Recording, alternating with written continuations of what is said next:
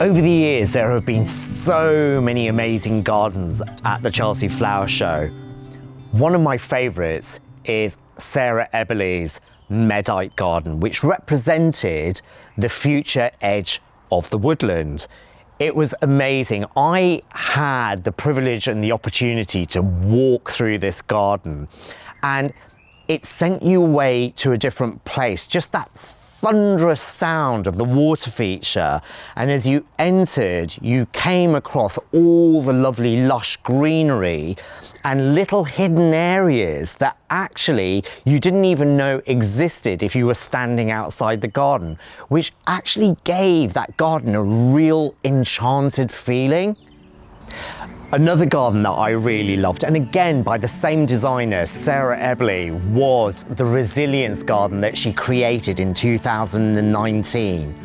What I absolutely loved in this garden was the mix of natives with exotics. And I really believe that this is quite important, because if we are going to support our natives, then we need to have the mix of exotic planting in with it. It makes our own native plants more resilient to pests and diseases. But what I also really loved was all the lovely big boulders and stones that she used and the use of natural materials. The colour palette was exquisite, but the best part of this garden was the silo that she turned into an amazing garden office. Andy Sturgeon had created a beautiful garden called the Mind Garden. And what I loved about this was the rendered clay walls in gorgeous, elegant arc shapes. The planting was done exquisitely. It represented lovely meadows. And the feature, for me, was the beautiful timber seating that had just been sliced little by little and then gently curved. It was just a piece of art. Darren Hawkes is one of my favourite designers. He has an incredible eye for trees.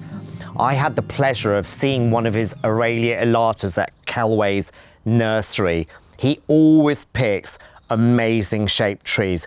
But what I also loved in the Samaritan garden was his use of recycled concrete. He'd used it in sections throughout the garden, even cut through holes in them so that people could actually see through these empty spaces into the garden.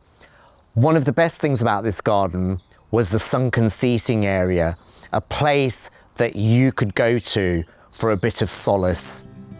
In 2016, Cleve West created the M&G garden. Now, I think that water is a really important element of the garden. It's great for our well-being. When you hear the sound of water, it makes you relax, but it's also amazing for our wildlife, a great way to invite the birds and the bees into your garden. And Cleve had done exactly this. He created a huge sunken seating area, and within that, he created an amazing water feature which drowned out the sounds of the outside world. Beautiful. Bring some water into your garden. I'm really excited about going to the Chelsea Flower Show this year. I wonder who is going to be my favourite designer this year. We shall see.